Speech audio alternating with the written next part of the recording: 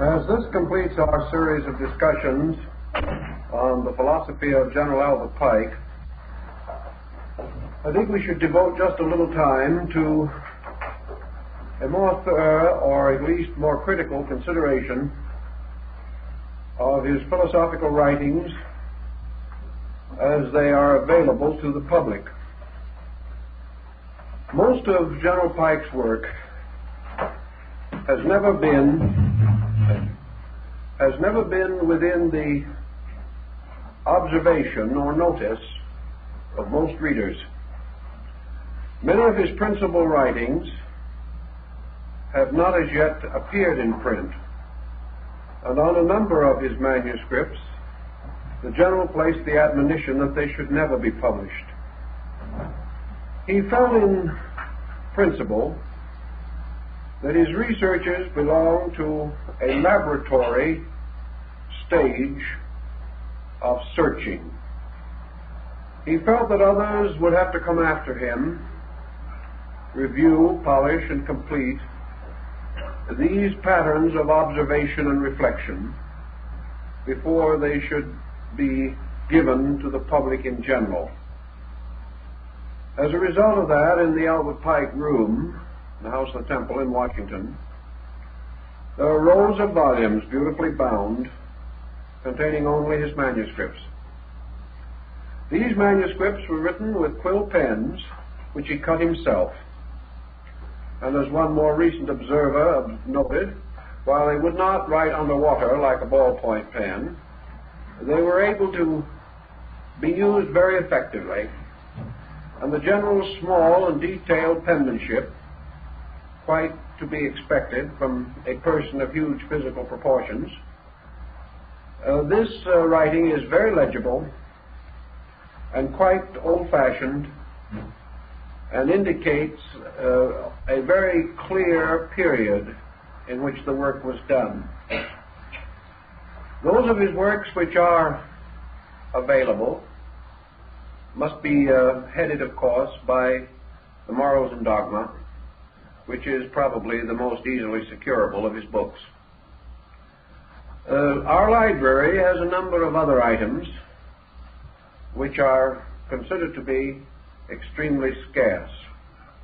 For example, here is a copy of his work, the Sefer Hedebron, which means literally the Book of the Words. In this little research volume, the General attempted to explain and define nearly all of the curious and unusual words that are found in the two Testaments. Most of the work was derived either from the Chaldean Hebrew or the Greek. But Pike labored under the sincere conviction that proper names in sacred writings must be translated. That one of the reasons why we have made some curious and quite understandable errors has been that we have not realized the allegorical intent of many so-called or believed to be historical passages. Only by the study of the names and of certain particular words and terms are we in a position to actually discover the true intent of the message. Therefore, in this volume, the General examines such words as were used to represent God, Adam, Eve, man in general, the names of tribes and of countries, the names of heroes and of patriarchs. And he found his searching most rewarding, for he was able to point out the great number of instances in which the translation of the proper name immediately oriented the entire concept, released its locked significance, and in some cases rescued the reader from certain rather desperate literal situations, such as the story of Jonah and the whale. the meaning behind the words caused him to do this work, which of course also includes many words and terms which appear in the rituals of the Scottish Rite of Freemasonry. Of this little volume, 100 copies were published, and Pike left the admonition that it was not to be reprinted. It never has been, so there are only 100 copies in existence. This type of restriction, while at his time possibly more important than it is to us today, means that a very large part of his scholarship is locked away from our common knowledge. Another interesting type of work which the general did was to investigate and explore the great Pythagorean theory of number. Many people are interested in numerology, but unfortunately the majority of them cannot use General Pike's reference work. Under the general title of Lectures on Masonic Symbolism, Pike devotes this work to the philosophy, the religious significance, and the allegorical meaning of the concept of number. He derives from most of the classical authors of his time and of ancient times, with particular dependence upon the old texts relating to Pythagoras, with which he was familiar in the original Greek. So here is another rare work, which the general prepared. Only 100 copies were issued, and each copy was signed by General Pike as the Sovereign Grand Commander, and was presented personally to one of his fellow members of the Supreme Council. In this particular volume, the member involved inserted a very nice picture of the general in his scholastic years. But this shows the general way in which these materials have been more or less locked away from us and made inaccessible to the average person. Again, by his admonition, this work should not be reprinted. A third volume, which carries part of the same idea, is the continuation of this series of lectures, which he continued into another volume.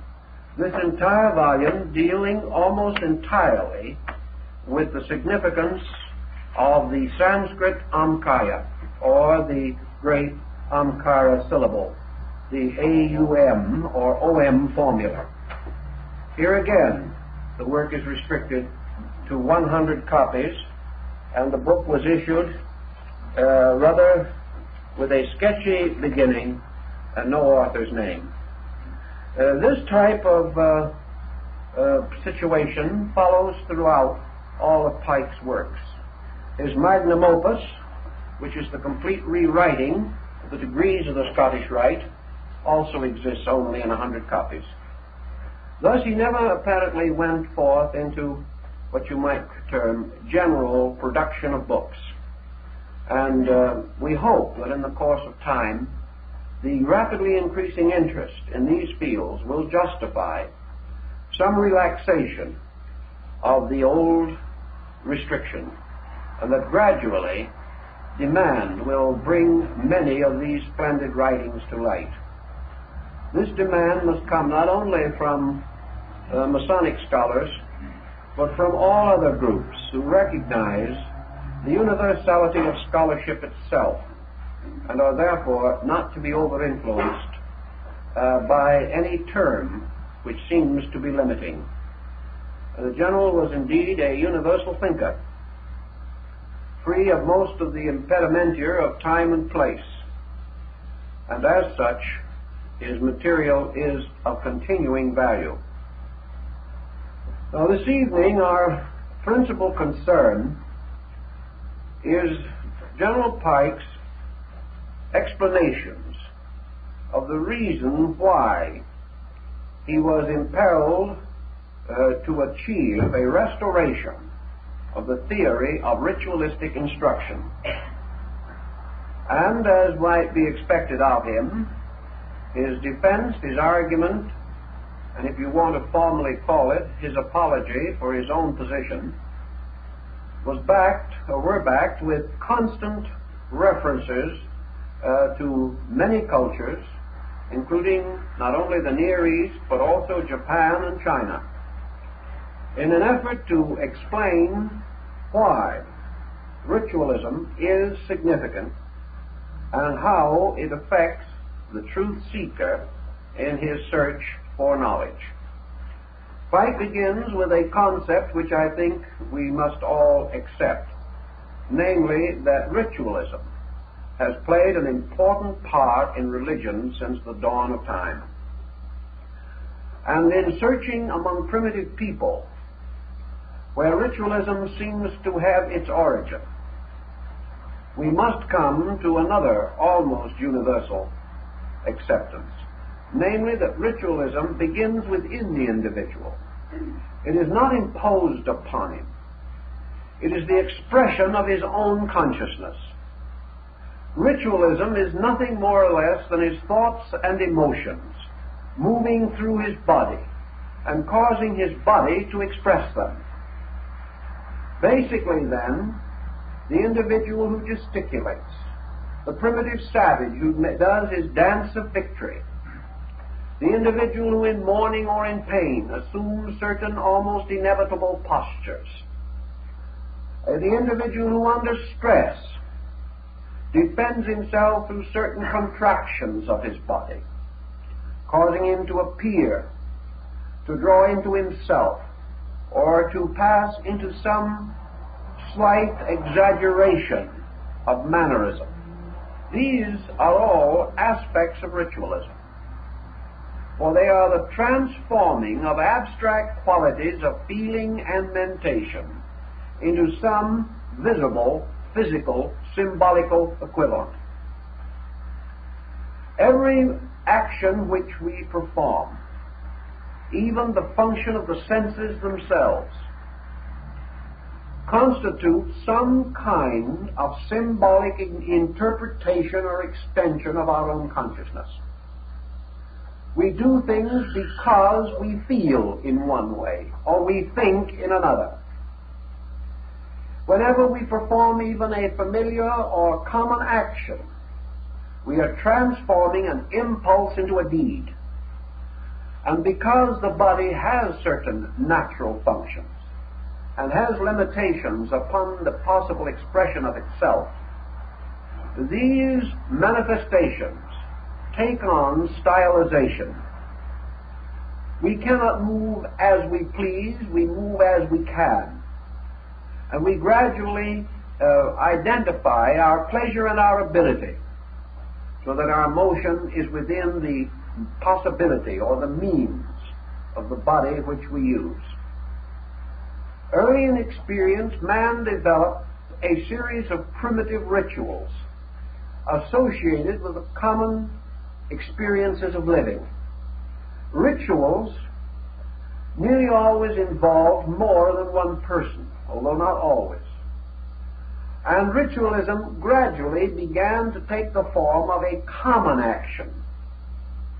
Several individuals uniting in the performance of some particular pageantry of symbolical self-expression. Ritual moved out from the original sanctuary to become part of many different expressions of artistry, creativity. It became involved in theater, in dance. It finds its way more subtly than we realize into painting and sculpture. And poetry is a harmonic ritual of words. Almost everything that we do, if it is done graciously, if it is done beautifully, becomes art. And ritualism, moving from man, is involved in the art of self-expression, the expression of things most meaningful and most important. Ritualism, therefore, also shares to a degree with the meaning of glyphs, pictoglyphs, graphic representations by prehistoric human beings. Thus, a glyph is a form capturing an idea. A ritualistic procedure is an arrangement or a pattern or a device capturing a mood and peculiarly expressing it.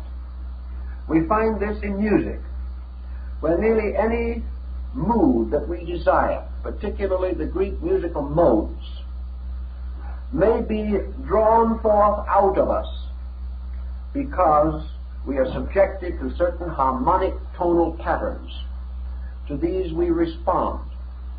Here ritual is in the form of sound, appealing to the ear primarily, but later influencing nearly all parts of our composite nature. Going into ritualism a little further, we find another element introduced. As ritualism grew, it became a disciplined expression. Just as glyphs were simply not drawn as children draw them, without any sense of meaning, lines or forms upon paper.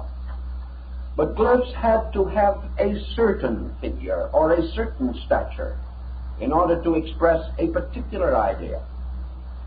So ritualism, coming under an orderly function of man, by degrees took the form of a kind of language of motion. The various figures devised in ritual, the sequences of the actions of the participants, the magnificent assemblies, choruses, processions, all these came under an orderly development, so that a certain ritual or a certain rite became distinctly identified with a certain religion, with a certain meaning.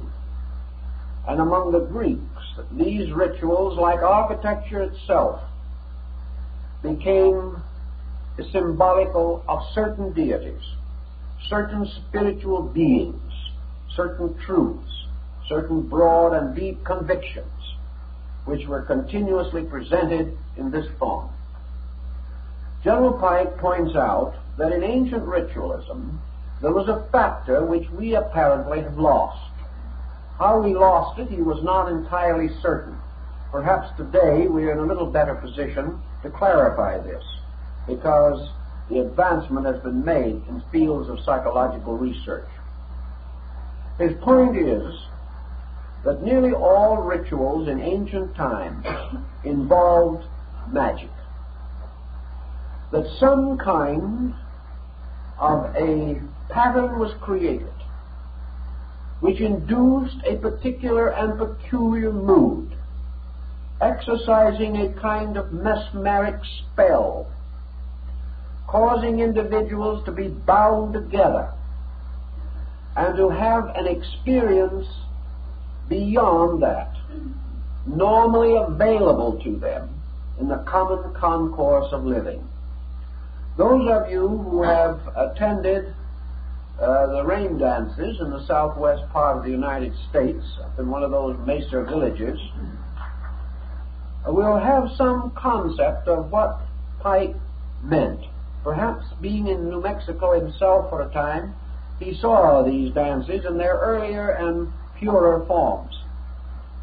But his point is, and we see it still, that if you sit quietly watching these dances, listening to the almost endless rhythm of the drums, watching the interminable motion of their feet, the feet of the dancers, watching the strange designs which they form, weaving in and out with the skill of a Russian trained ballet.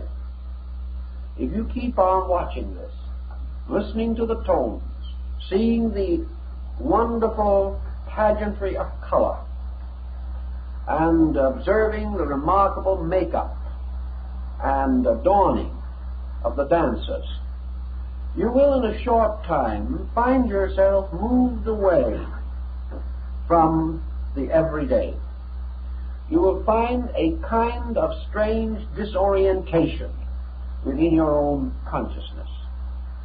You will feel as though as a strange, subtle, inscrutable force was moving in upon you, that these dancers were emanating something, that the whole complete pattern was alive with a kind of force, that this force swept over the spectator, that he felt it picking him up, moving him out of his normal thinking and his normal feeling, and tying him to an ageless atavism within himself.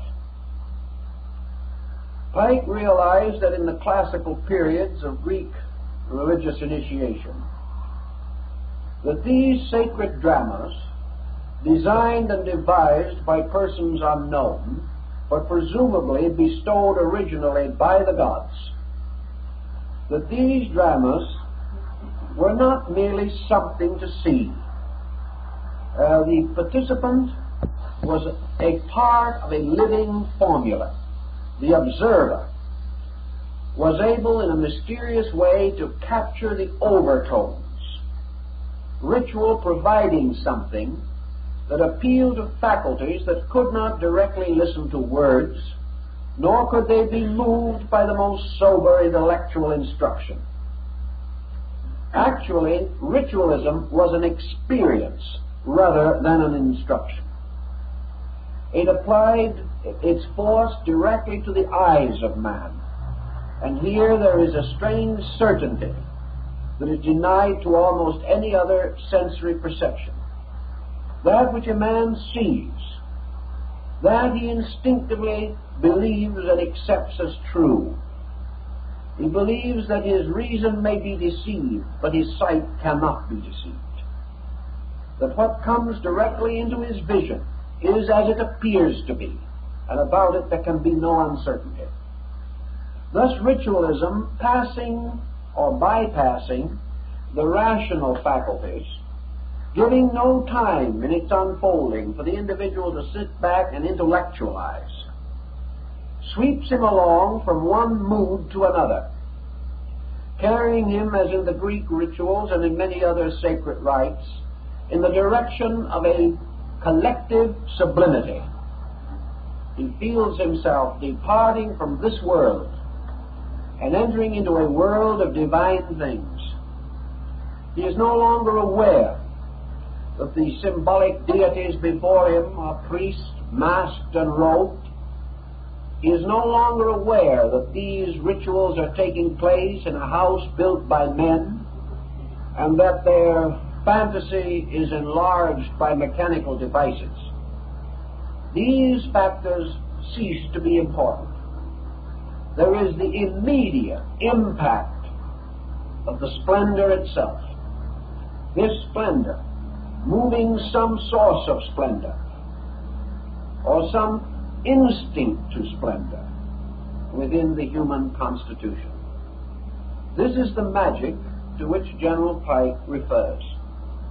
It is this magic of unworldliness, this magic of freedom from the commonplace, this magic of being set apart into another kind of world, a world that will endure while the rites continue.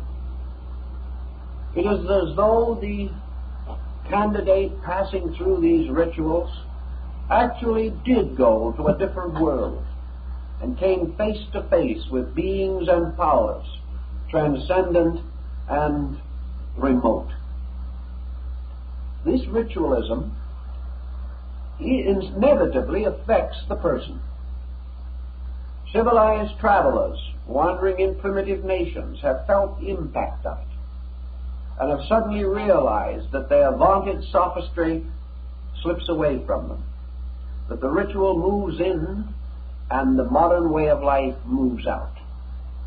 Yet in the smug security of a non-ritualistic daily living, we do not feel this danger of being picked up and carried away into an ancient spell of some kind. Ritualism, because of this peculiar value or dimension of itself, is in many respects an almost perfect form of instruction. And in the great ritualistic mysteries, it combined with nearly every other sensory faculty in giving a new set of instruments by which the individual could be moved, could be caused to be inwardly animated, and could be impelled to forget himself, his daily concerns, the small projects which normally motivated him, and share again in the ancient ceremonies. Pike points out that nearly all rituals have psychologically been influenced by the motions of nature.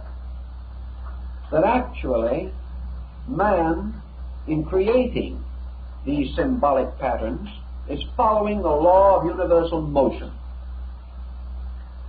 He is creating great sweeping dances, like the motions of the planets in the sky, the processions of stars moving forever above him, the motion of rivers flowing from their sources to the sea, the movement of wind in the field of tall ripe grain. These things seem ritualistic. They seem to belong to currents and energies from which we are divided by our own particular and special ways of living and thinking. Also, ritual has a certain advantage over other forms of instruction, inasmuch as the word is unnecessary. Persons of different concepts, different backgrounds, different races can share in the common experience of rhythmic motion. Like art, painting particularly as it was used in the medieval religious life of Europe. The picture indeed tells more than 5,000 words. The picture is perfectly intelligible to the illiterate person, or the stranger who cannot speak our tongue. He gains the same message because he is reading with his eyes not letters or words, but the symbolic restoration of processes or concepts. Ritual, furthermore, because it possesses a certain theatrical dimension, makes possible a strange and wonderful effect upon the mind through the distorting of literalities. Many things in their very literal ways are so commonplace to us that they do not move us. But the moment we create a situation not familiar, different from anything we know, we become lost in that situation because we cannot control it. The familiar situation we can control, but not the unfamiliar. Thus, the dancers in some ceremony may be our friends, even our relatives and members of our household.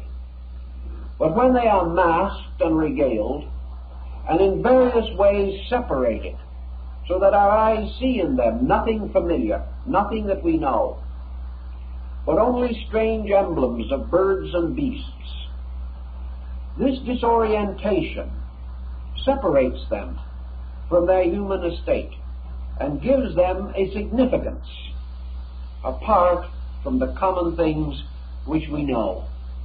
Thus, ritual has a tendency to break through the walls which our training and our education have built around our imagination. Ritual releases the imaging power, the creative, imaginative imagery of our own inner lives.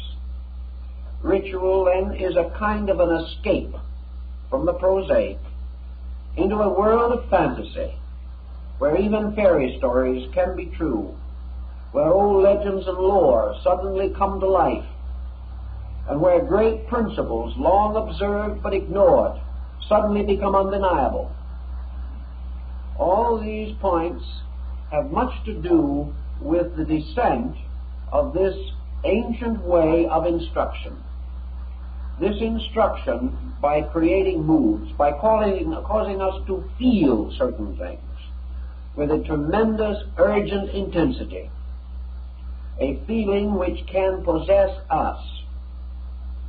Today we know that man, far from being the intellectual creature that we think he is still almost totally a being of emotions. That the mind has become a kind of crown jewel in this coronet of senses, we know. But the average person is not converted, directed, or instructed by his mind alone, or by the minds of others.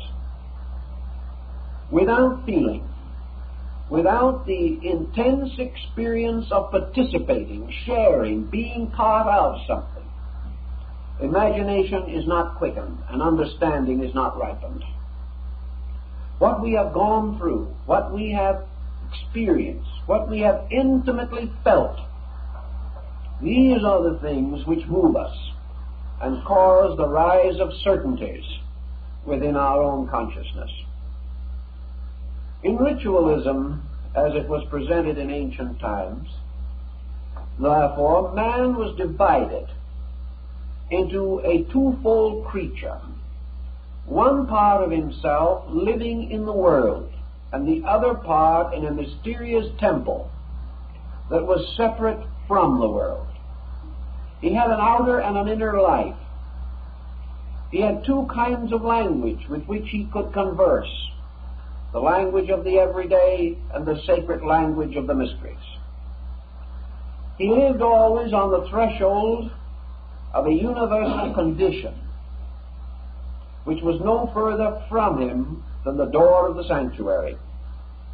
From his fields, from the marketplace, from the station or estate which he possessed, the individual walked through the great plumed archway of columns, and immediately he was no longer in the common world. This is an experience we are losing very rapidly, this sense of two-worldliness, this sense that ever near us is another world, ever different. Today, even when we enter into a place of worship, some way we do not usually get that sense of otherworldliness unless we enter into a great cathedral or some place so magnificent in its sanctity, in its artistry, in its mass, that we are simply swept off our feet. Thus we come to cling ever more closely to ordinary things. Our small problems, our daily existence, these become tremendously real to us, and there is no contrast. There is no other world of vision and of higher sight that seemingly can reach us. If we have vision at all, it must be from within ourselves.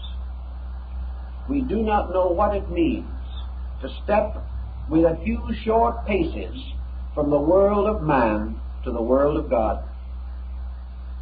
Now, perhaps all this is rather physical. Maybe it shouldn't be that way, but at the same time it is that way, so we have to face it. We have to face this wonderful experience, the experience which we have lost when in a strange manner of some kind we sort of exiled the gods back to the sky and left them there. Today we look for them in very rarefied atmosphere, but we have no idea of our ancient Roman brethren who had a couple of these deities under his hearthstone most of the time, and under the name of the Lares and Penates always left out a little food for them every evening. He conversed with them, he told his troubles to them. Perhaps it was idolatry. Perhaps he was not too wise a man about it all, but there was something that made the gods seem near. Something that made it less necessary for him to search desperately for his spiritual consolation. He did not feel that it was necessary for him to renounce the world, that it was necessary for him to suffer, that it was necessary for him to mortify the flesh, or to perform strange and extraordinary rites of purification. The gods of antiquity were not demanding gods. For the most part, they were rather charitable genial beings who seemed to have a wonderful understanding of man's natural weaknesses and at the same time a paternal regard in which it might be that they could lead him to a nobler way of living. But ritual meant that heaven and earth could meet in any great festival, in any great solemn event. Values, too, were differently distributed. Instead of spiritual values being on one side completely separate and material values on the other totally isolated, these values flowed together. There was no separation in them at all. There was no problem of the individual trying to decide whether it was more important to live well here or hereafter. He felt the natural fact that he lived here and hereafter always. That the hereafter was no distant place he went when he died. The hereafter was merely a step into a world of living dream and vision, a world of wonders, a world of magnificent things that were also tangible. He did not live in a world of physical things that were tangible and spiritual things that were intangible. By ritualism, the invisible was also tangible. The invisible became just as near to him and as real to him as his horses, his cattle, and his fields. He did not have to deny everything that he saw in order to believe everything he could not see. He could see nearly everything. So out of the pomp and circumstance of a probably rather corrupt Athenian election, he could pass quietly into the Orphic sanctuary where nothing was corrupt. He could live in a world in which that which was not corrupt was supported by the corrupt, where individuals who were not good paid homage to that which was good, where these politicians, having variously profaned their offices, were literally and actually afraid to enter the sanctuary maintained by the state. Their gods were so near, and the danger of retribution was so close, that the corrupted man did not dare to worship. This is an interesting difference to our way of things. And yet this same corrupted man did not dare not to worship. He could not leave his faith behind, deny his immortal soul, and live as he pleased with a good hope. These things were not possible. There was an entirely different dimension of living.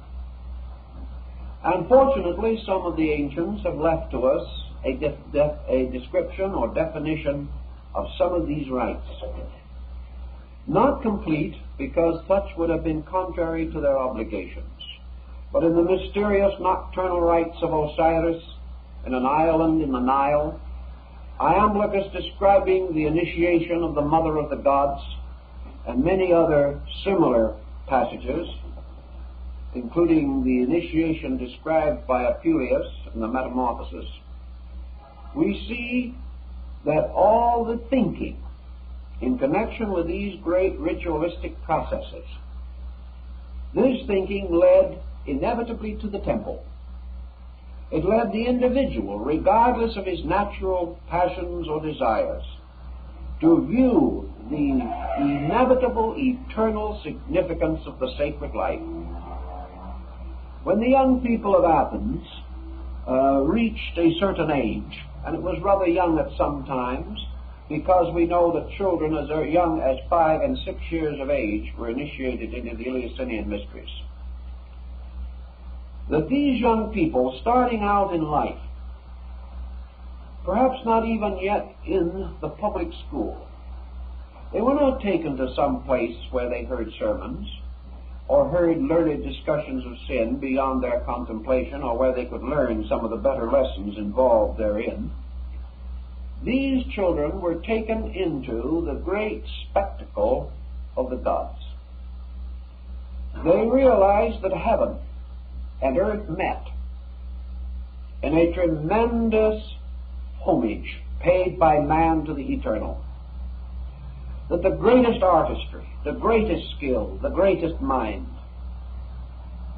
all of these forms of greatness were dedicated to the gods, and that skill and wisdom and love and veneration adorned the ancient altars with garlands of great beauty and great richness.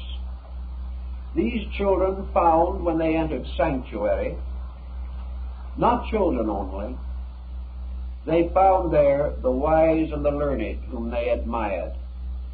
They found the great scientist worshipping humbly beside the common shopkeeper. They saw that no man became so wise that he outgrew the love to worship the gods. He learned that no amount of material prosperity could compensate for being rejected by the mysteries. That a person not regarded as fit to enter the sanctuary of the gods was not fit for any man on earth to associate with.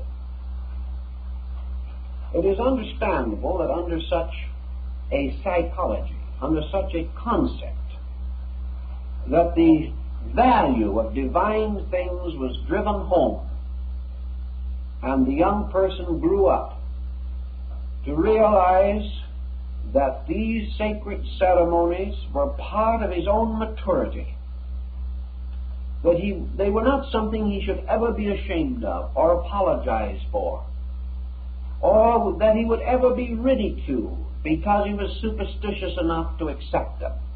They were the way of life. They were the proper and reasonable thing for every person to experience, and out of this experience to build a life as noble as personal ability would permit. Now, as Pike points out, ritualism being a form of symbolism, the literal or obvious interpretation is seldom the true one. Ritualism, like sacred or scriptural writing, is a very difficult thing because it must have many meanings. It must be able to meet and console the spirit of the simple man. It must also be forever beyond the understanding of the wisest. Ritual, therefore, like symbolism, has no limitation upon it other than the limitation of the interpreting mind or consciousness. What it stands for in sure and complete substance, no man knows, because no man has ever exhausted its meanings. He has never come to the point where he can say, this means no more. As veil he lifts, he finds veil upon veil behind. Always the symbol lures him on. Always the ritual reveals new meaning, like some magnificent tapestry. In this way, many levels of thinkers were brought into the concept of the great ritualistic procedure. Hippocrates of Kos, the father of medicine, performing the rituals of initiation, beheld in the splendor of them the workings of God, the great physician. He saw all the elements of the great drama unfold in terms of healing. Cicero, a legislator, a great statesman and an orator, declared that as he stood in the presence of these great ceremonies, he became for the first time aware of the divinity of jurisprudence. He stood in the presence of the ever-living, ever-moving harmony of universal law, and he recognized it. The rituals were lawful. They were the great unfolding of the principles of integrity in nature. A poet found in them the wonderful meters of great verse. The philosopher experienced in them the tremendous depths of metaphysical speculation. The mystic found there in the strange symbolism, the simple and open road to the heart of reality. Each brought himself. Each received that which was suitable to his need. And the great drama of the gods went on, never pausing, always impelling the individual to the recognition of the total sublimity, the total sufficiency of the heavenly plan. Now, man, taking this mood upon himself, experienced something. He experienced certainties, certainties perhaps which he himself bestowed, but which nevertheless remained certainties. He did not argue with learning. He did not debate with the wise. He did not deny, protest, criticize, condemn. He was silent. And in this silence he was open to the strange rites themselves. He felt them as some wonderful pageantry, moving in, controlling, taking over, and impressing him with the total impact of a total truth. In this way, Pike felt that symbolism, through ritual, was of the greatest practical importance in education. He felt that there were inevitable and invaluable realities which died in the very process of explaining them. That we took thoughts, put them into words, and killed them. That we found no way to keep the spirits alive while we perpetuated the ideas. The spirit died, lost in words, lost in man's semantic blunderings, lost in the difficulties of transmission, lost in the fact that words that mean much to us may mean little to others.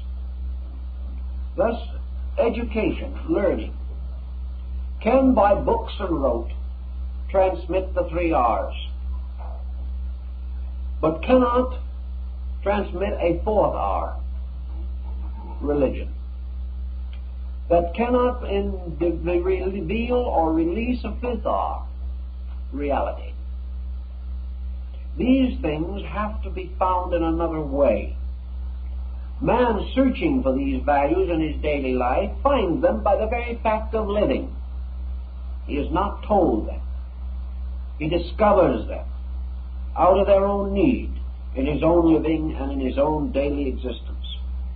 So by the degrees of years, he is initiated into wisdom. By having walked these paths, performed these rites of human adjustment, the individual begins to inwardly apprehend meanings otherwise obscure to him. Thus the aged have passed through ceremonies that the young cannot know, and from these ceremonies and initiation have gained something in the name of maturity, which can only be learned by the doing. Ritualism becomes the nearest equivalent that we have to the actual rite of doing, because in many ancient ceremonies, the individuals, the candidates, the observers, the audience also participated in some way, particularly the young person in the puberty rites or initiation rituals of his tribe. Today we take it for granted that a young person born in a certain nation is a citizen. Antiquity did not make it so light and easy a matter. Antiquity said that every man must be born twice, once into this world and once into his own maturity, and that these rituals of maturity conferred with them the privilege of participation in mature things, that the individual could not be allowed just to grow up. He had to accept with growth his duty. He had to accept the challenge of the enlargement of his own character. He was only a citizen when he was useful. He had only a right to share in the life of his people when he was prepared and equipped to defend his own people, in their needs or serve them in their duties and burdens. Thus, citizenship was a ritual by which the young person not only passed over a bridge of time, but passed over it with solemn sacraments, and thus came into maturity dedicated by sacred ways and sacred rites, dedicated to the works of maturity, to the works of responsibility. And having thus been dedicated and consecrated, he became one of his people and was willing to live for his people and, if necessary, die for his people. These experiences are lost to us. We cannot bring back the old times, nor the old ways of doing things, nor can we bring the mystery temples from their ancient ruins. We can, however, recognize something we should all know, and we should realize it every day, namely that there is in the midst of us today the legitimate descendant of ritual, and that is theater. Theater began in the sanctuary of Dionysus. Theater began as a presentation of the great mysteries. Theater was the ancient depiction of the way of heaven. It furthermore gradually unfolded into a deeply psychologically significant unfolding of the attributes and qualities of human nature. By theater, man vicariously experienced man, and every experience had to be sound, had to be right, had to carry within it the sacred responsibility of art. We know today the tremendous moving power of theater. We all experience the spell of great theater. We know that we forget ourselves and move into the play. We know that hours pass and we do not note their passing, that we are ushered into worlds and conditions previously beyond our conception. These things are part of ritual. Yet do we, at the end, find that theater still serves the ancient gods? Unfortunately, in most cases it does not. It has drifted away into a service of our own material instincts and emotions. It entertains us without informing us. It takes our time without bestowing a proper credit for that time. Yet it is here as one of the potentially powerful instruments of education and enlightenment. It must again be rededicated to the purpose for which it was devised. Until such is done, we have deprived ourselves of one of the most civilizing forces which have come down to us from old times. General Pike, contemplating this situation in terms of human necessity, and recognizing, particularly in his day, that a young country coming into its maturity through a long and difficult struggle such as the Civil War, preceded by the Revolutionary War, that this young country with vast frontiers to explore, with great adventuring to be done on the simple plane of physical activity, could very easily drift away from its footings in philosophy and religion. The religion could lose its dynamic, becoming merely a part of a social background, present, respected, but not experienced. Here, and prominently here, but not leading, not fulfilling man's spiritual need. The failure of ritual, the failure of the sublimity of religion in the life of man has probably contributed a great deal to the rising tide of neurosis which apparently threatens to drown the race. We have no outlets, we have no sublimity. We have no great values, unspeakable, unchangeable beauties in which we can take refuge, or which come to us with a surging majesty in time of trouble. When we look inside of ourselves, there is a darkness and a fear, or perhaps only a faint glimmer of hope, like the tiny light in the end of some ancient ritualistic corridor. We do not have the power to move into ourselves and find inside this magnificent unfolding of the spiritual pageantry of our conviction. This is because around us we have not seen it, and what we have not seen, what we have not visibly experienced, does not easily take form in the subconscious. The great structure of antiquity had its religion centered in its subconscious. Religion was inside, placed there by the very circumstances which with us place other things there. To us there is the ritual of trade, barter, and exchange. We face it constantly. Therefore it moves inside of us. But the great ritual of man's rejoicing in the wonder, beauty, and integrity of the universe in which he lives, that ritual has not moved in on modern man. Yet it has not died. It is there, but it sleeps. Sleeps because we have found no way to awaken it, or perhaps have not even tried. The fact that it is not dead is testified to by the fact that the moment we come into the situations in which remotely it does exist, we are moved by it and find the same old inclinations that possessed the Greeks, the Latins, the Medes, and the Persians.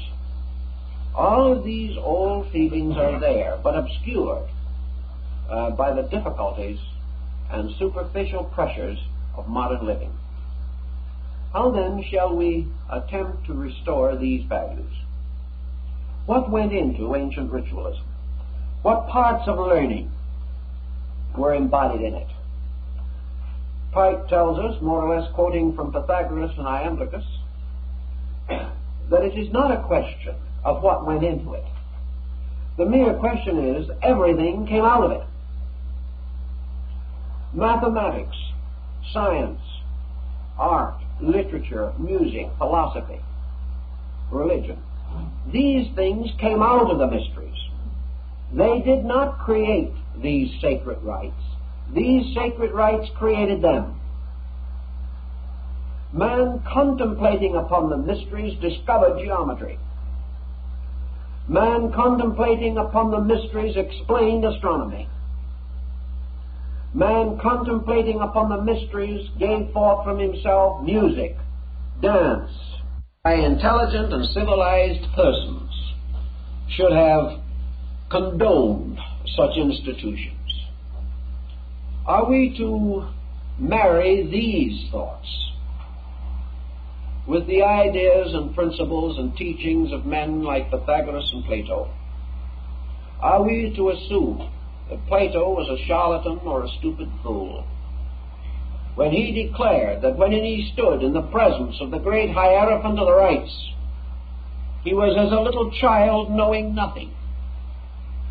Was he completely overwhelmed merely by velvet and golden sandals? We cannot imagine that such is the case, nor can we imagine that the greatest and most creative minds of all time passed through these rites and afterwards enriched the world as no other group has ever enriched it. We have had many composers, but Pythagoras discovered the scale by which we compose. We have had many astronomers, but Ptolemy was the one who gave us the great concepts of mathematical patterning by which we developed the astronomical theory. We have used these things in many ways. We have had countless doctors through the ages, and for 2,000 years and more they have taken their solemn obligation by the Hippocratic oath, an oath dedicated to the gods, an oath written and conceived 400 years before the Christian era in a pagan sanctuary. These principles, these great ethical patterns, have come down to us from those who had received the mysteries. Obviously, then there has to be something, however we wish to regard it. And in terms of more rationalistic psychology, leaving away for the moment many of the great and perhaps extravagant overtones of the old time, we are still face to face with the sober fact that these institutions were the great clinics of man's normalcy. They were the great hospitals of his soul.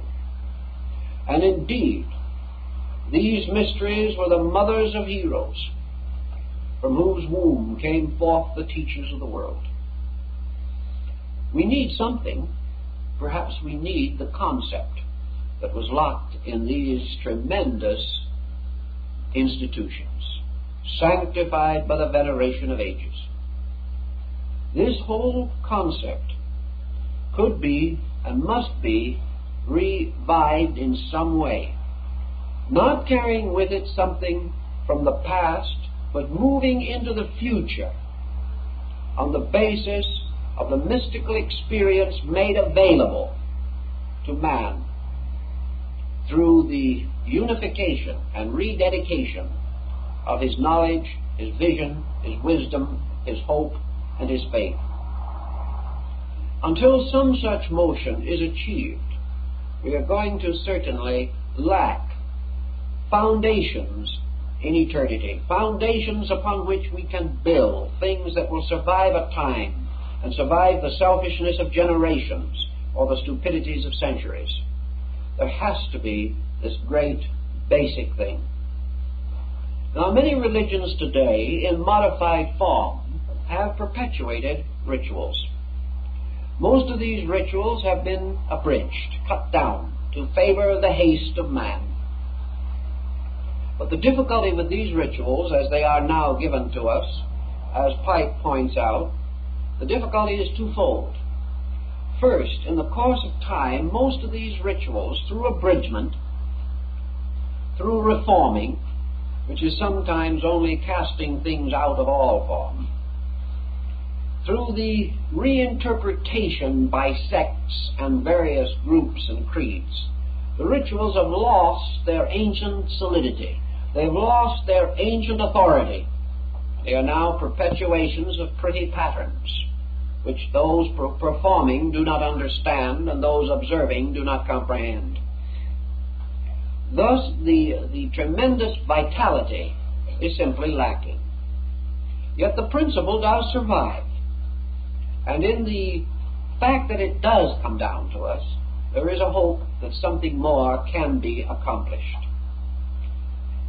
Realizing that all of the arts and sciences flowed from this source, we perhaps can think of the words of Socrates to the effect that a man may outgrow his teacher, but he can never outgrow his natural respect and regard for one who has shown him the way. We may outgrow the past, but we do not outgrow the need to respect its accomplishments, even if we wish to move them into a larger framework.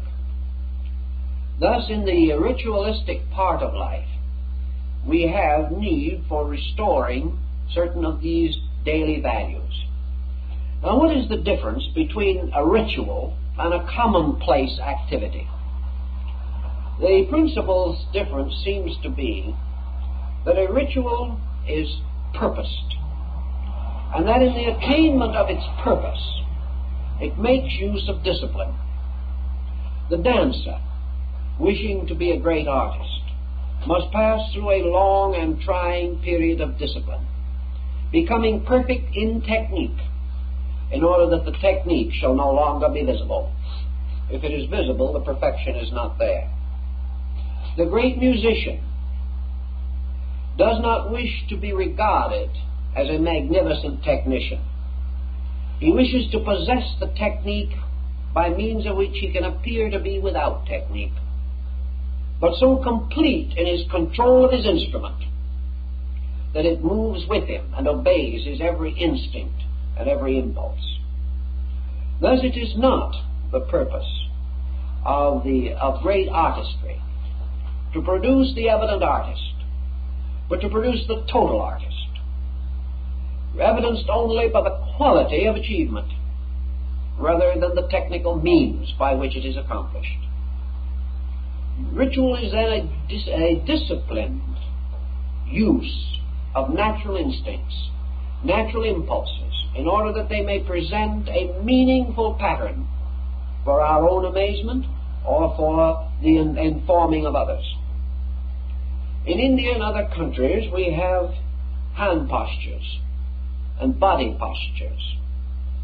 And we also have sound formulas, by means of which ancient symbolic rites are perpetuated. We have the mudras, the positions of the hands, the hand, finger, and body postures. We also have the mantras, the sacred groups of syllables, the garlands of sounds, by means of which the gods of the ancient Vedas like to be worshipped. These were disciplined formulas, and they all remind us of one thing, that worship is discipline, and that worship, to become meaningful, must be impelled by a regard great enough to make labor worthwhile, that the discipline must be voluntary, that it must be because the end is so noble and so important that any struggle to achieve it is as nothing.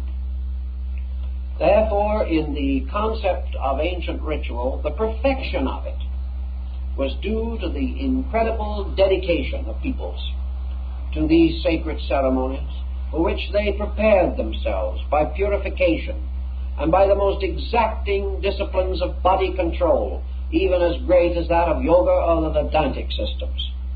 Everything had to be right, because it was worship, and who worshipped poorly could not expect the gods to be attentive. In worship, therefore, this disciplined procedure gave us the religious dance. And all ritual consists of two great procedures. One is man's offering to the gods. It is man recognizing his dependence, recognizing his need, his eternal and unchanging requirement. And this requirement was always the same, that the gods of ages must be nigh unto him. That only when he walked hand in hand with God could he walk surely and safely. Therefore, the great ritual was a presentation of his need, a statement of his dedication, a bringing to the altar of the best of himself and the first of all things in his life. And the second expression of the ritual was the revelation of the law in living, the revelation of the sovereignty of good, man's tremendous exaltation in the simple realization that he lived in a divinely regulated world, that it was his right and his privilege to walk with the gods, that they were present, that he need ask nothing for himself except that he might understand. There was no need for him to demand anything or plead for anything. It was a simple childlike thought or concept underlying it, the great faith in the presence of the parent, and the great rejoicing that is born out of the realization that that faith is true. These were the two great things. Man quietly reaching out his hand to the invisible deity that governed him, and then in his heart, having found that deity, performing the great rites of rejoicing, of exaltation, of crying forth the sheer joy of having found the faith and having felt within himself that he did live in the presence of an eternal light and that there could be no darkness. Thus the rituals primarily perform these functions They represented man reaffirming his allegiance to God, and then reaffirming God's perfect working in the universe and in his own life. These ritual pageantries, therefore, gradually, as Pike points out, took on Pythagorean definitions. They took on patterns of stars and spears and ancient squares, patterns of circumambulation, patterns of lights and altars, patterns of directions and corners of the world, patterns, all of them based upon this universal realization that the ritual was the actual representation of the machinery of the cosmos, that it was a revelation setting forth a living mechanism, not on paper nor in stone, the parts played by living persons who personified the elements, the principles, the laws, and the truths. And as you meditated upon these rites, a further thought came to mind, that these persons were not merely personifying laws for the sake of a ritual. These persons are themselves and must forever be personifications of the law. Every move we make is a ritual of the law, revealing either our wisdom of it or our ignorance of it. That every symbolic situation in a temple or sanctuary has its equivalent situation in the world. Therefore, the ritual is life, and life is the ritual. The small ritual locked within the 12 days of the Eleusinian was actually played out in the 80 years of human life. The ritual was therefore adjusted to life. It not only became symbolic of life, but it became symbolic of how to live life well. Who followed the ritual in his conduct found the gods. Who recognized that living was a lawful unfoldment of beauty, that the great laws of nature combined to form ethics, combined to form morality, combined to form beauty, will cause the individual to suddenly experience the possibility of a constant ritualistic procedure in which every action of life is forever performed with beauty. That the individual no longer breaks the ritualistic formula of his own conduct. We could not imagine in the midst of a high mass some petty, trivial thing breaking in and disrupting this sacred atmosphere. Nor can we really understand why man, himself a divine being, fashioned in the image of a creating power, endowed with the attributes of a spiritual, universal integrity, should suddenly become selfish, narrow, bigoted, fanatical, that he should transform his benevolence into hatreds, jealousies, and envies, and in this way destroy that thing most necessary to himself, as Plotinus explains in his essay on the beautiful. Actually, a beautiful life is a perfect ritual.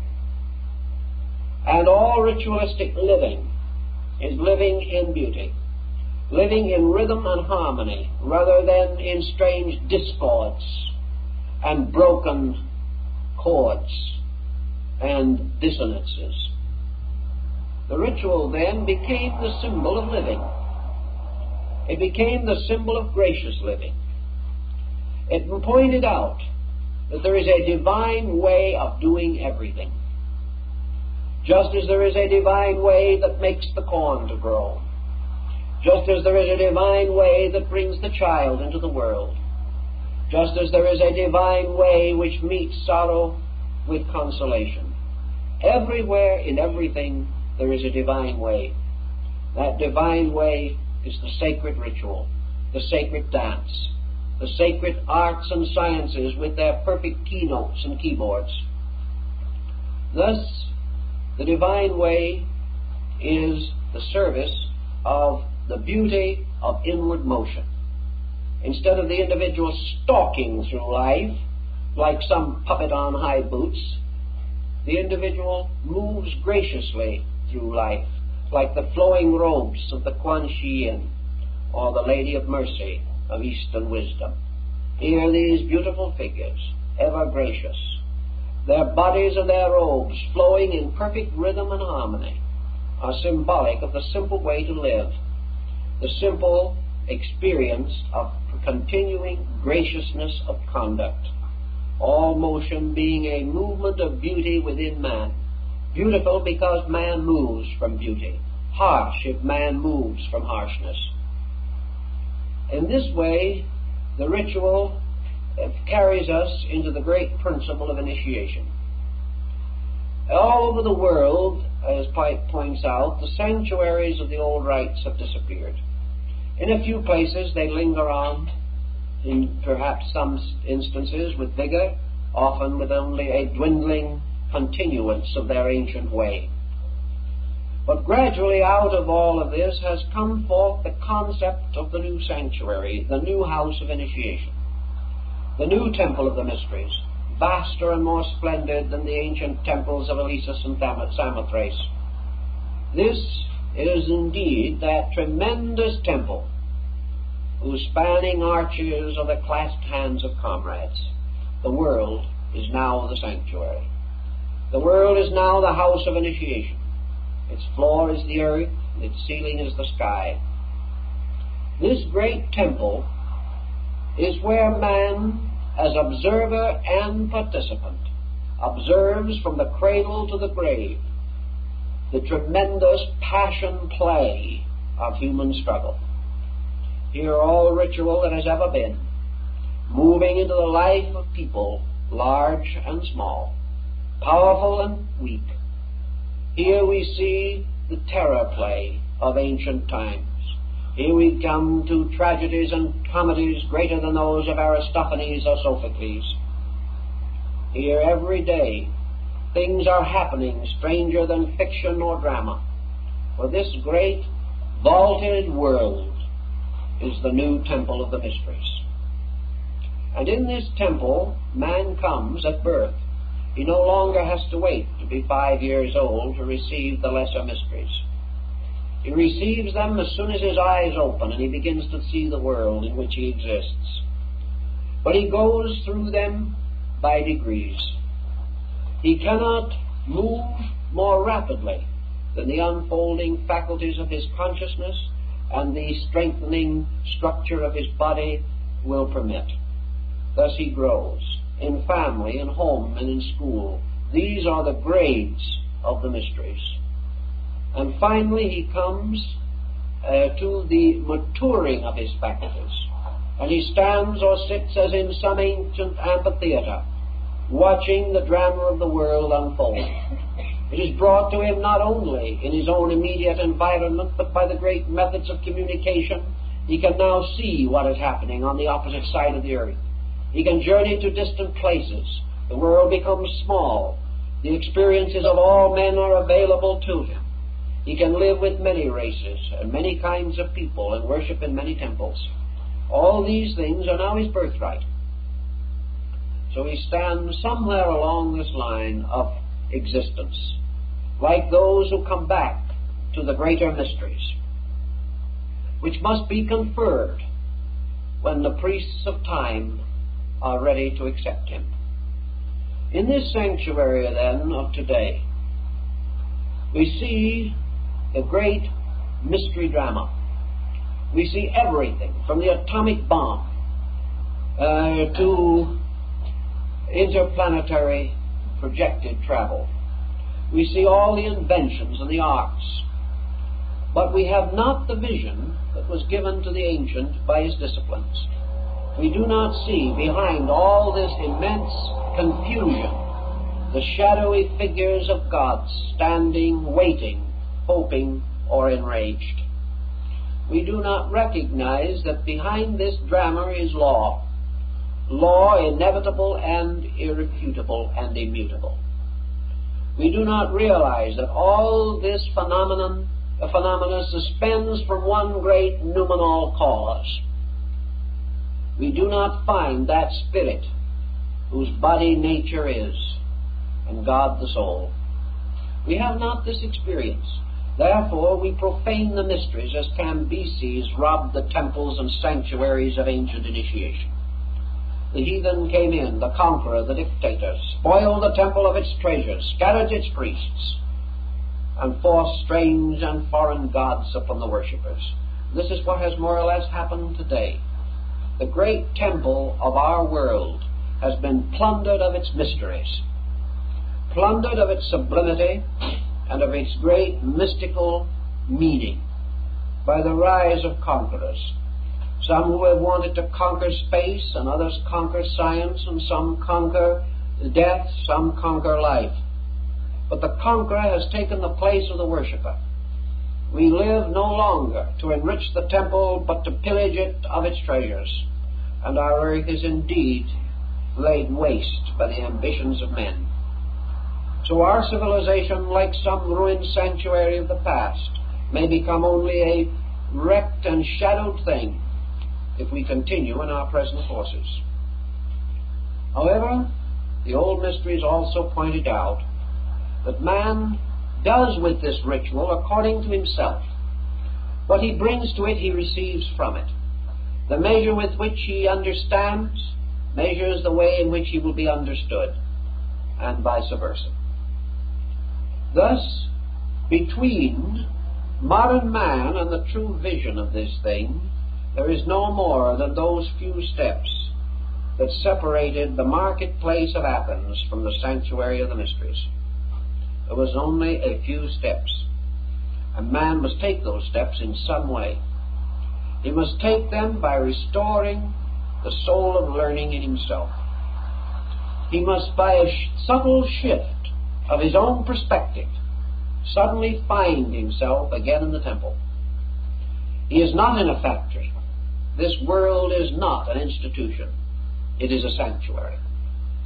It is not some strange prison or place of exile. It is not some terrible, pressing burden upon the spirit. It is a sanctuary, but we do not know it. And because in so many cases our creeds have become a bondage upon our spirits, we have forgotten that the universe is free, that it is a free place of free worship, that it is a place in which men find their inner life on a marketplace, on a street, in a forest, or in some anchorite's cave. It makes no difference where. But they are forever in the presence of the great ritual. The ritual that science examines in test tubes and under microscopes.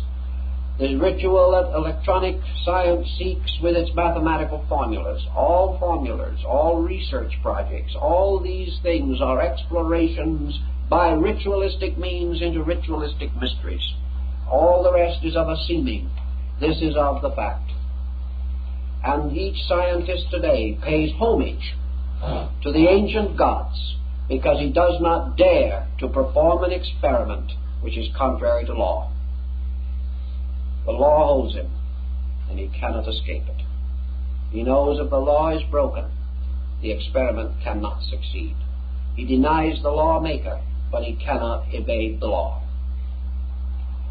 If then in this thinking we find Pike's point of value, then by being taken into a house of initiation, into some sanctuary of rites, into some secret body of those bound by obligations, and there perceives the unfolding of some ritual of hoary antiquity, this individual may, perhaps, if he has a sheer genius in his spirit, and in this case the genius means a good daemon or a spiritual protector, perhaps a guardian angel, but if he has this spirit in himself, he suddenly finds in the unfolding of the temple ceremony the key to his total living.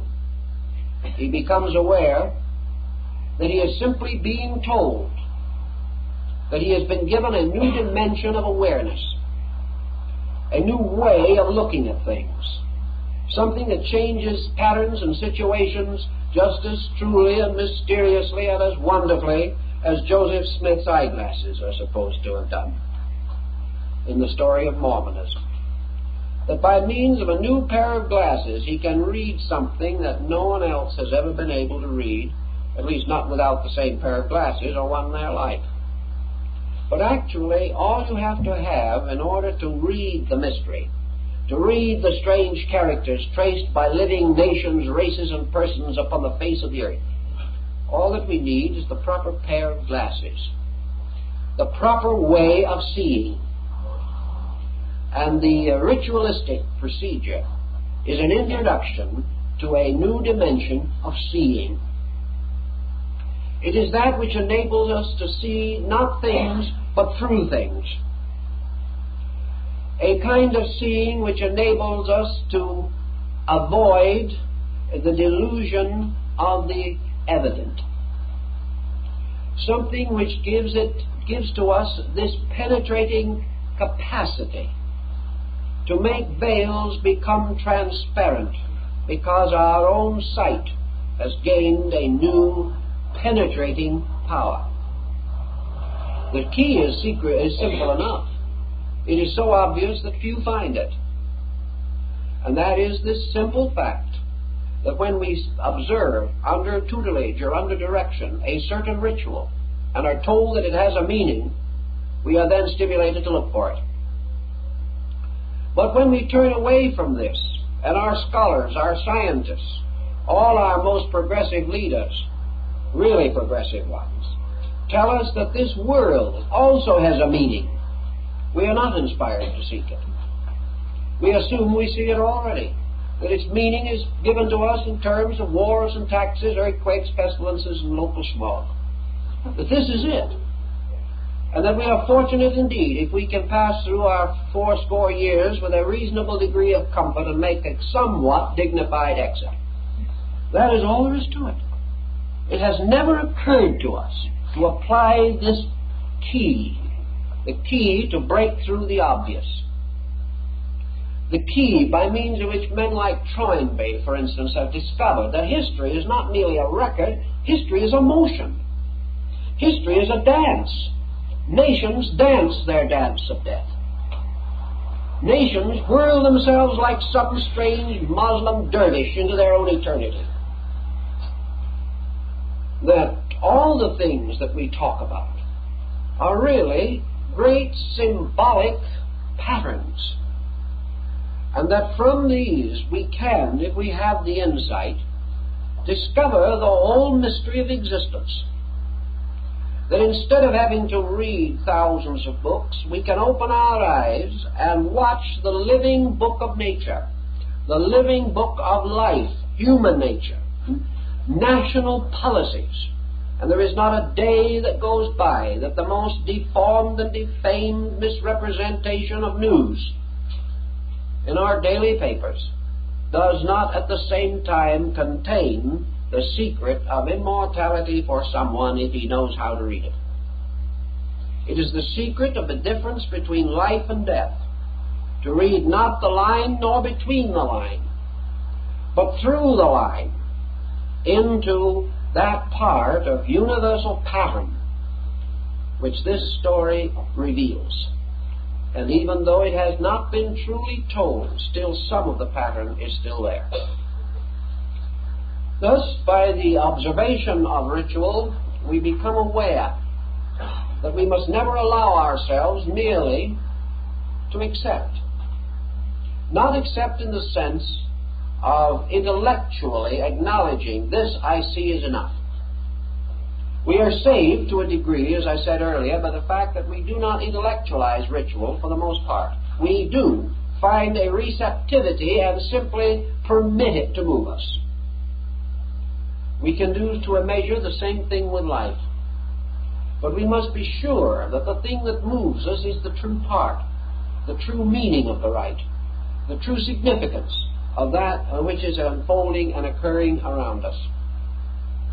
I would say then that Pike's thinking, in bringing it down to more factual terms, is that the ancients took the world, made a miniature of it, and called it rite or ceremony. They then took the ceremony and taught their disciples to unfold it until they were able to rediscover the world for which the rite was taken. The ritual or ceremony was greatness captured in a miniature pageantry, and man, beholding the miniature pageantry, could move through it into the greatness for which it stood. Thus it was a two-way road, a road of bringing great things within the reach of man, and also of lifting man so that he was in the reach of great things. This double process means, and meant at that time, that in the ritual was combined what we call today religion, philosophy, and science. Under philosophy we would have education. Under science, all experimental and phenomenal knowledge. And under religion, all estimation and apperception of causation, the divine metaphysics of the spheres. These things were there. And education, theoretically and factually, began by man being exposed to these models of the world. It is said the ancient in his wisdom made little models of great things, and these little models became the toys of the young. These little models of great things are the symbols within which man hid his knowledge, and they became the playthings of the young. For we as peoples, unaware of their sacredness, used for toys those laws and principles and those productions within which the secret of universal truth was concealed. So out of this point comes one kind of mood which we would like to try to capture for a moment, and that is this mood of persistent inquiry, this mood of man suddenly finding a new focusing of his sense of sight and hearing so that he could become aware of value under surface. As Maimonides said, beneath the body of the law is the soul of the law. Beneath the soul of the law is the spirit of the law. Paracelsus said that those who would understand the mysteries of nature must walk the book with their feet. In other words, they must search in this great world of pageantries as we see them and know them. Never disillusioned, never disappointed, never discouraged, but recognizing the play of the gods unfolding upon the great stage of human affairs. Someone asked Plato on one occasion what his profession was, and he replied, "I am by profession an observer." And man, to a great degree, finds this a useful point. The observer has tremendous advantages in many things. Apuleius, being initiated into the rites of Mithras, declares that he was the spectator of divine things. If we could capture in our consciousness that every moment when we open our eyes in the morning till we close them at night, we are spectators of divine things. If we could get this value, we would begin to know what education means.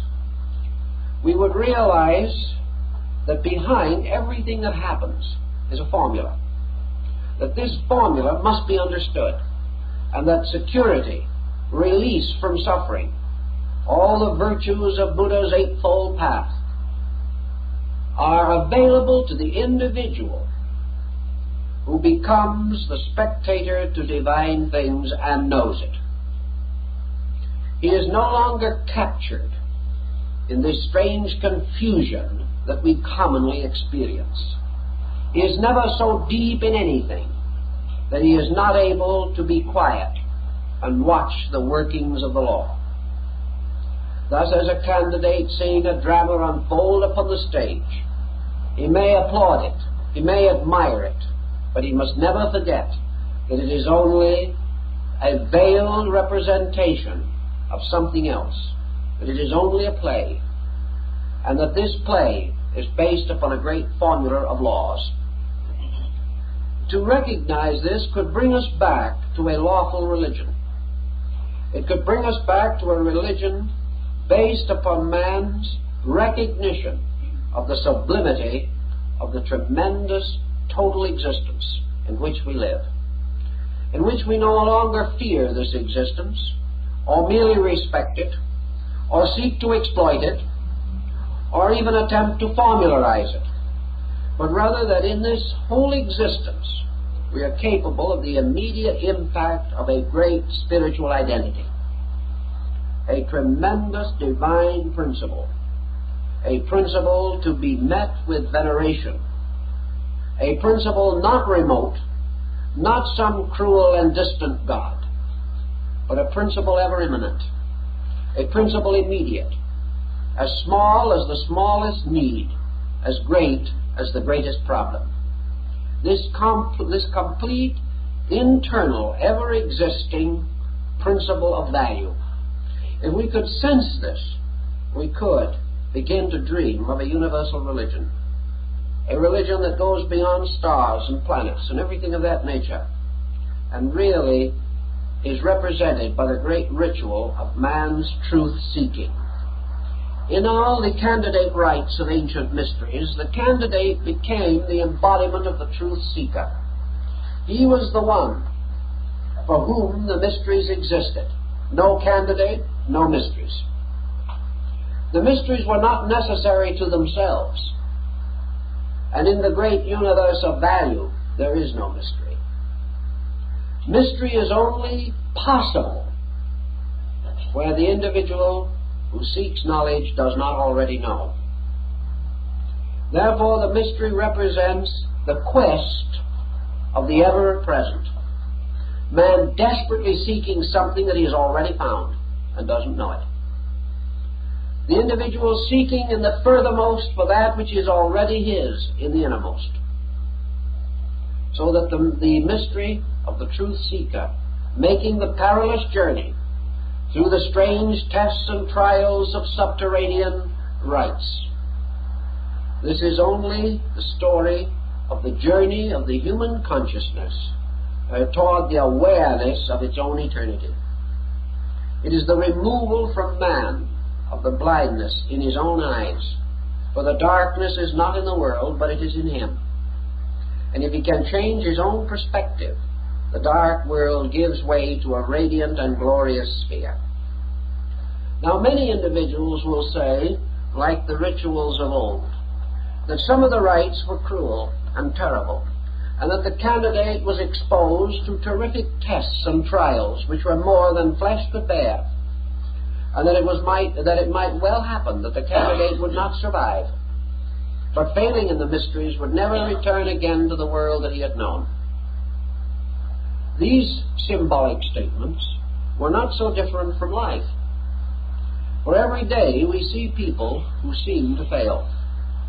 We see persons who have gone a little way and can never return to the life that once they knew, yet they do not seem to be able to break through into that fuller life they need. We can also constantly visualize in our mind terrible monsters, ogres, dragons, and horrible fire-belching fiends guarding the way to peace. And we feel that this nation or that discovery or this individual is the adversary of all good, and therefore that we must, like some Siegfried of old, slay this dragon with the sword of our detachment. All this is ritual. Ritual thinking on the part of man. Ritual that has never realized that behind the mask of the monster is the kindly face of one of our own neighbors. It is hard for us to realize this. Harder still when we see this apparently kindly person doing what appears to be terrible things. And as far as we know and as he knows, they are terrible things. But behind all these terrible things, there must be a just law. If there is not this law, then all our faith is in vain. If there is not a truth stronger than evil, if there is not a reality more powerful than darkness and error, if there is not a sovereignty that is immutable at the root of everything, then all we struggle in vain. There is nothing. Only a little life rounded by a sleep. Therefore, our own innate consciousness must tell us that somewhere behind this veil of horrors which we see so often depicted in the rituals and the rites of old times, that there is a plan and a purpose. We are reminded, of course, in this of the great thought in the Bhagavad Gita, where Krishna explains to Arjuna why he must go forth and fight the good fight on the battlefield of life. Krishna explains to the young prince that actually birth and death, living, departing, hope, fear, hate, war, misery, pain, all of these things are like strange shadows that come and go but have no substance. That behind all of these things there is truth, supreme, inevitable. That death is not real and never can be. It is only a seeming that we have accepted as real because we have no glasses with which to see the truth. That wrong is an appearance, not a fact. That behind all injustice stands an eternal statue of justice that cannot be moved. And that everything we call injustice is so named because our own understanding is less than our need. That nothing happens, not a sparrow's fall, but it is within the law. And that this law is not a law of vengeance, but a law of life, a law of eternal good. It is up to us to find it. It is not up to us to shake our fists against the heavens. It is up to us to find the truth, to end this long candidate existence by taking the trials, passing through, and coming finally into the adytum of the temple, there to see our brothers who have gone before in their robes of blue and gold, waiting to receive us and to assure us and reassure us that we have wakened from a sleep of error into a light of truth. That all this horrible monstrosity which we have fashioned and perpetuated with our ignorance dies when ignorance dies in us. And that just as surely as we come through a valley of shadow, so surely we have within ourselves the capacity to live together in the light of peace. Between this sorry world and the golden time we look for is nothing but the bridge or interval of our own understanding. When we really know life to be the natural, spontaneous obedience to principle, man moving with the gods, then life and ritual become one. The symbol and the substance are no longer divided, and all this wonderful pageantry is revealed with its true purpose, that it must show the man the way, and that this way was anciently taught in the mysteries, and that this way comes down to us now as ancient instruction applicable to the greater mystery of daily life. And if we use the ancient wisdom and apply it to the life of today, we shall find that we can successfully pass through the rituals and come in the end to that new birth in time by which we are born into the maturity of ourselves and return once more to the family of the enlightened, from which, as the hymn of the robe of glory tells us, we once departed. So man, descending into ignorance and rising therefrom again, his story is the ritual. And out of the ritual and the story, he gains the key to the conscious restoration and resurrection of himself. This is the concept behind Pike's understanding of ritual. And he believes that any presentation by means of which these facts can be driven home to us will not cause us necessarily to be ritual perfect or ceremony perfect, but will cause us to move to the recognition of the greater right, that the great mystery is the one that man masters through the use of wisdom as a key to unlock the unknown, and through virtue, through beauty, through grace, and through consciousness, he gains this wonderful sword, this Excalibur, this blade of the enlightened will, by means of which he can protect himself. and as the Knights of the Grail expressed it. The younger knights used the blade of this sword to fight dragons, but when the wiser knights faced the great adversary, they reversed the blade, and holding up the cruciform hilt, discomfit the evil one with the symbol of eternal life, so that the sword no longer cuts, but becomes again the Kreuz Ansata, the key of life, and the will that no longer cuts and is reversed and held up as the symbol of consciousness becomes the master keyword, the lost word of the ritual. These facts and points lead on to many things, but perhaps we have captured in some small way the concept underlying Pike's desire that we should recognize the dignity and eternal significance of ritual. Thank you very kindly.